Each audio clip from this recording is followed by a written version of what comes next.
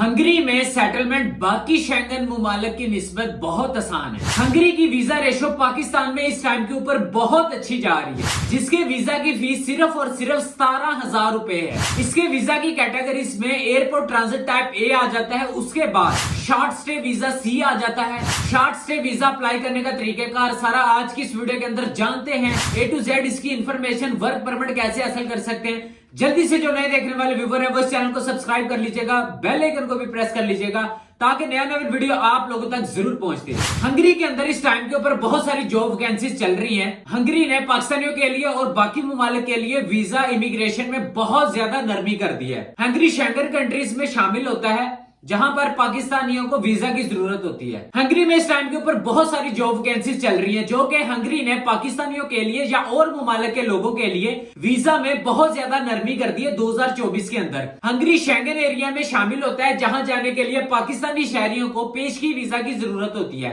इसके लिए हंगरी की इस्लामाबाद में एम्बेसी मौजूद है, जो कि पीर से जुमेरात 10 बजे से 12 बजे तक दरखास्तें जमा करती है। वीजा के लिए तमाम शेंगन रूल्स की शराइत लागू होंगी। एम्बेसी का जो एड्रेस है वो आपको डिस्क्रिप्शन के अंदर मिल जाएगा, इनका फोन नंबर भी मिल जाएगा। हंगरी की इस्लामाबाद एम्बेसी एस्टोनिया और लिथुआनिया के short stay C type visa के लिए भी दरखास्तें जमा करती है। लॉन्ग स्टे डी टाइप वीजों के लिए इन मुमालिक के करीबी मुल्कों में वाक़िया सफारत खानों से रिजू करना होगा। एयरपोर्ट ट्रांजिट ए वीजा की मैं बात करता हूँ। पाकिस्तानी शहरी अगर किसी ऐसे कंट्री जा रहे हैं जिसके रास्ते में हंगरी हो, अगली फ्लाइट में वक्त लग सकता हो, तो इन्हें हंगरी एयरपोर्ट के इंटरनेशनल जोन में दाखिले के लिए एयरपोर्ट ट्रांजिट वीजा लेना होगा, जिसकी बुनियादी शर्त यह है कि आपके पास इस मुल्क का वीजा टिकट मौजूद हो जहां आपने जाना है। अब बात करते हैं short stay visa C type की। शेंगन एरिया में आजादाना नकलो हरकत और 90 रोज तक स्टे के लिए जारी किया जाता है। ये सियाहत और बिजनेस दोनों मकासद के लिए कारआमद होता है। एम्बेसी इंग्लिश तर्जमे के साथ तमाम असल डॉक्यूमेंट्स की एक फोटोकॉपी सेट के साथ ही आपका वीजा केस जमा करती है। शॉर्ट स्टे वीजा अप्लाई करने का तरीका। Short stay Schengen visa apply करने के लिए हंगरी की एम्बेसी इस्लामाबाद में पहले बजरिया ईमेल अपॉइंटमेंट लेना पड़ती है। डिस्क्रिप्शन के अंदर ईमेल एड्रेस दिया हुआ है, जिसके ऊपर टाइटल लिखा हुआ है कि appointment for applying visa application. इस पे आप अपना नाम, पासपोर्ट नंबर, एड्रेस और वीजा की किस्म और का मकसद बयान करेंगे। एम्बेसी इसके जवाब में आपको टाइम दे देगी, जिसके मुताबिक आप एम्बेसी जाकर वीजा एप्लीकेशन जमा करवा सकते हैं। ईमेल एड्रेस वो भी डिस्क्रिप्शन के अंदर आपको मिल जाएगा। अब बात करते हैं वीजा फीस की। आपको जो डेट और वक्त दिया जाएगा उसके मुताबिक एम्बेसी जाए। फीस के लिए वाउचर भी वीजा अफसरान ही आपको देगा। इस पर आप स्टैंडर्ड चार्टर्ड बैंक में 17,000 रुपए फीस डिपॉजिट करवाएंगे। इससे पहले अपने तौर पर हरगिज फीस जमा ना करवाएं। वीजा फॉर्म एम्बेसी जाने से पहले इसकी वेबसाइट से शेंगन वीजा फॉर्म डाउनलोड करके इसे कंप्यूटर पर ही फिलअप करके इसका प्रिंट निकाल लें। बाकी सपोर्टिंग डॉक्यूमेंट्स भी साथ लगाकर ले जाएं। वीजे के लिए जो आपको रिक्वायर्ड डॉक्यूमेंट होंगे वो क्या होंगे? हंगरी के शेंगन वीजा के लिए मुख्तलिफ डॉक्यूमेंट्स चाहिए होते हैं। एक तो मुकम्मल पुरशुदा शेंगन वीजा फॉर्म, हर फैमिली मेंबर के लिए अलग फॉर्म इस्तेमाल होगा। उसके बाद जी कम से कम आइंदा 3 माह तक का वैलिड आपके पास पासपोर्ट होना चाहिए, जिसके कम से कम 2 सफात खाली होने चाहिए। बैंक स्टेटमेंट और अकाउंट मेंटेनेंस लेटर आपको चाहिए होगा।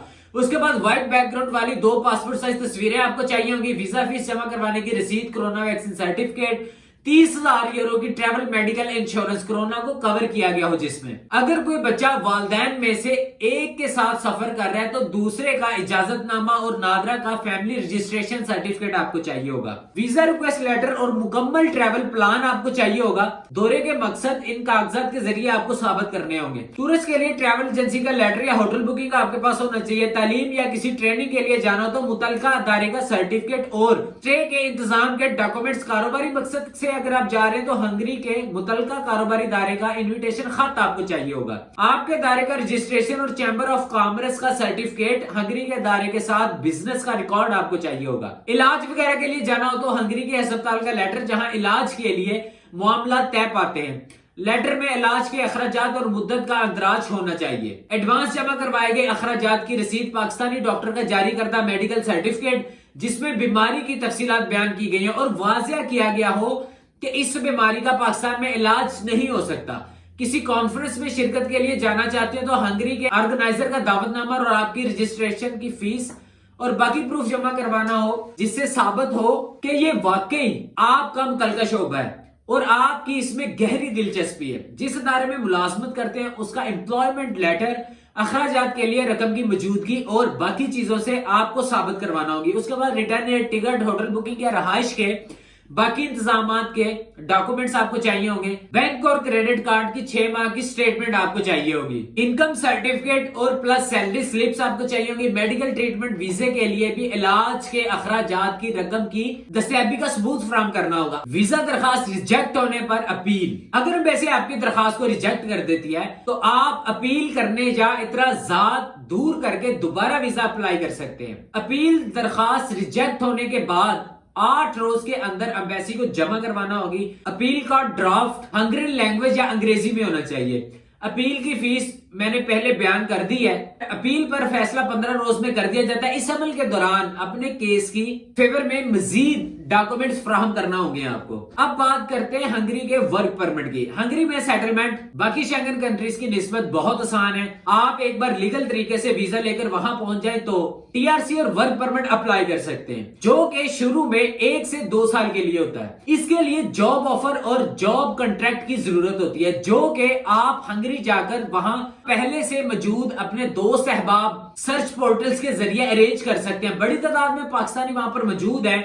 आप उनके साथ सोशल मीडिया प्लेटफॉर्म के जरिए राब्ता कर सकते हैं। जॉब सर्च का काम आप पाकिस्तान में रहते हुए ऑनलाइन भी कर सकते हैं। मुख्तलिफ जॉब पोर्टल्स पर अपने शोबे से मुतल्लिका जॉब्स देखकर अप्लाई कर सकते हैं। जो ही जॉब ऑफर मिल जाए तो हंगरी एम्बेसी में D type entry visa apply करेंगे। ये 3 माह से ज्यादा स्टे के लिए होता है। ये जॉब ऑफर की वजह से आसानी से मिल जाता है। इस पर आप हंगरी पहुंचेंगे तो वर्क परमिट की कार्रवाई वहीं पर होगी आपकी। तो जी ये थी हंगरी के ऊपर ये सारी इंफॉर्मेशन। मैंने आपको इसका स्टेप बाय स्टेप कंप्लीट सारे डॉक्यूमेंट्स और ईच एंड एवरीथिंग इसकी मैंने बता दिया। हर किस्म का वीजा बता दिया है। हंगरी की वीजा रेशो इस टाइम के ऊपर बहुत अच्छी जा रही है। सबसे आसान इस टाइम के ऊपर अगर कोई शेंगन कंट्री है ना, वो भैया हंगरी है।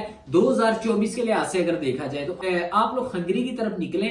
हंगरी में सेटलमेंट भी बहुत इजी है, बहुत आसान है। तो आप लोग जाएं, वहां पर जाके अपना एक अच्छा रोजगार तलाश करें। आप टूरिस्ट वीजा लेकर चले जाएं।